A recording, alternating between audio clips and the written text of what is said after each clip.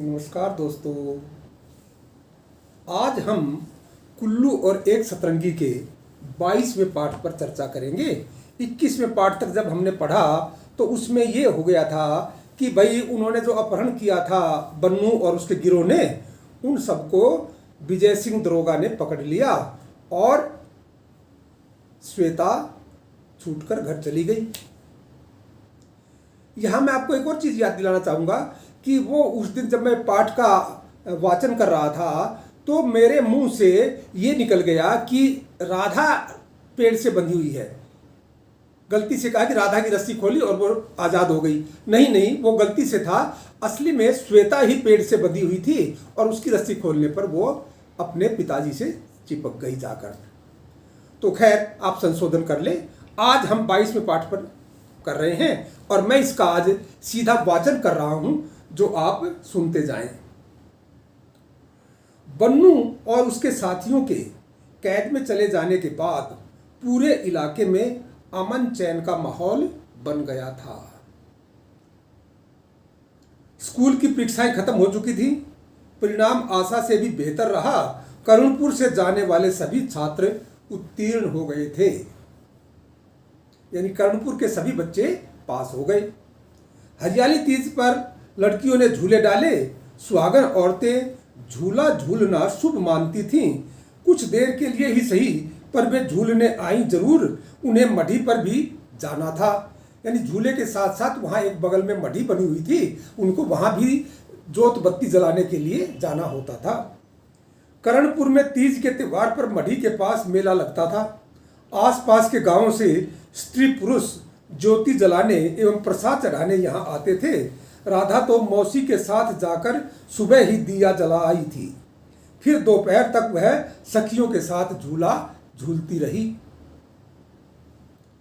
दोपहर को गुल्लू ने अपने हम उम्र मित्रों के संग मेले में जाने का कार्यक्रम बनाया। बिल्लू जिद करने लगा कि वह भी मेले में जाएगा। मौसी ने मना किया। वह जानती थी बिल्लू छोटा है, थक जाएगा, लेकिन बिल्लू तो मेले में जाने की ठान बैठा था। गुल्लू ने मौसी को आश्वासन दिया कि वे बिल्लू का ध्यान रखेंगे, थक गया तो गोद में ले लेंगे। गुल्लू की बात सुन मौसी आश्वस्त हो गई और उन्हें हाँ कर दी। रास्ते में चारों मित्रों ने बारी बारी से बिल्लू को गोद में उठा लिया। शीघ्र ही वे मेले में पहुंच गए। वहाँ की चहल पहल देख बिल्लू का मन खिल उठा। वह पहली बार मेले में आया था। उसके लिए तो मेले में लगे ऊंचे झूले, लाउडस्पीकर का शोर, खोमचे वालों के जुमले किसी कल्पना लोक से कम न थे।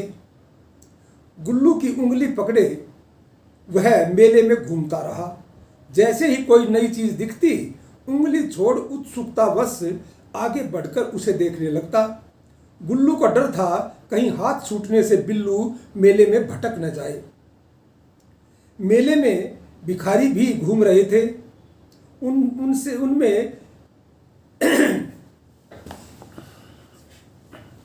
उनमें कई तो बहुत छोटी उम्र के थे। भीख मांगते एक छोटे बच्चे को देख गुल्लू को दया आ गई।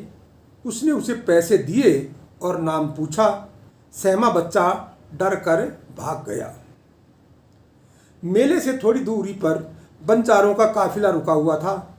उनके पास गधे, भेड़, बकरी और कुत्ते भी थे। भीख मांगने वाले बच्चे बंजारों के तंबुओं से ही निकलकर आए थे। गुल्लू और उसके साथी घूमते घूमते खिलौनों की एक दुकान पर पहुंच गए। वे बिल्लू के लिए खिलौना लेना चाहते थे। खिलौना पसंद आया तो दुकानदार से मोल भाव करने में मशगूल हो गए। गुल्लू को ध्यान ही नहीं रहा कि बिल्लू उंगली छुड़ाकर कुछ और देख रहा है। सामने खड़े एक बूढ़े बंजारे ने बिल्लू को रंगीन फिरकी दिखाकर अपने पास बुला लिया। फिरकी देते हुए कहा, यह तुम्हारे लिए है। बिल्लू खुश हो गया। बंजारे ने फिरकी का ऊपरी हिस्सा बिल्लू की नाक से रगड़ दिया। फिरकी की गंध से बिल्लू मौन हो गया। फिर बूढ़ा बंजारा बिल्लू की उंगली पकड़ तंबुओं की ओर चल पड़ा। दुकानदार से खिलौना लेकर जैसे ही गुल्लू ने बिल्लू को ढूंढा, उसके पैरे तलों से जमीन खिसक गई। वहाँ बिल्लू नहीं था। गुल्लू की तो जान निकल गई। मौसी को क्या जवाब देगा? तभी उसने देखा एक व्यक्ति बिल्लू की उंगली थामे तेजी से तंबू की ओर जा रहा है। गुल्लू और उसके दोस्त उधर दौड़े, जोर से चिल्लाए, अरे बच्चे को किधर लिए जा रहा है? बूढ़े ने पीछे मुड़कर देखा तो फिर रुक गया। बोला, अच्छा यह तुम्हारे साथ है? मैं तो समझ रहा था कहीं भटक गया है, भूखा होगा, कुछ खिला दूं। गुल्लू ने महसूस किया कि बिल्लू अभी भी गुमसुम खड़ा है, वह कुछ भी बोल नहीं पा रहा। उसने पूछा, अरे बिल्लू तुम्हें क्या हुआ, बोलते क्यों नहीं? अभी बिल्लू बोलने लगेगा बेटा, लगता है किसी बुरी आत्मा ने इसमें प्रवेश कर लिया है, मैं कपाल मंत्र द्वारा इसे ठीक कर दूंगा। इतना कहकर बूढ़े ने अपनी पोटली से खोपड़ी नुमा चीज निकाली, फिर कुछ बुदबुदाते हुए बिल्लू को सुंघा दी। कुछ ही पल बीते, बिल्लू ठीक हो गया। गुल्लू को देख बोला, मैं कहाँ हूँ भैया? तुम हमारे पास ही हो, तुम्हें क्या हुआ था? देखो मैंने तुम्हारे लिए खिलौना लिया है। खिलौना दिखाते हुए गुल्लू ने उसे खिलौना दिखाया। बिल्लू बोला, मैंने फिरकी देखी थी, उसके बाद मुझे कुछ याद नहीं। फिरकी? कहाँ है फिरकी? गुल्लू ने पूछा। बूढ़ा बंजारा बीच में ही बोल पड़ा, बेटा अब तुम ज़्यादा देर यहाँ मत रुको, सीधे अपने घर चले जाओ, अन्यथा बुरी आत्मा फिर किसी को प्रभावित कर सकती है। गुल्लू के दोस्त डर गए, बोले, हाँ गुल्लू अब देर ठीक नहीं, घर पर राधा और मौसी इंतजार कर रहे होंगे। गुल्लू को रहस्य समझ नहीं आया, परंतु फिर भी वह बिना कुछ अधिक बहस किए गांव की ओर चल पड़ा।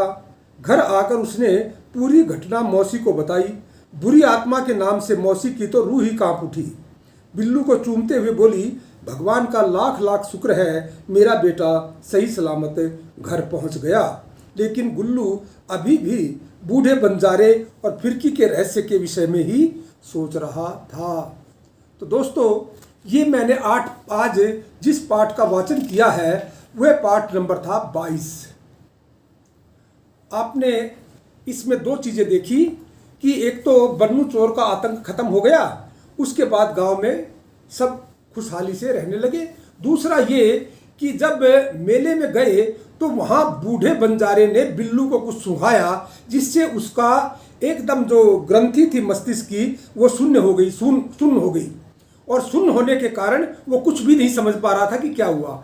इसका मतलब है कि बंजारे ने उसको कोई रहस्यमयी चीज सुंघाई थी। इसका खुलासा अब कहानी के अगले भाग में होगा, यानी कि 23वें पाठ में।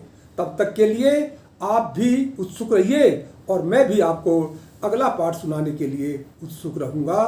धन्यवाद, नमस्कार।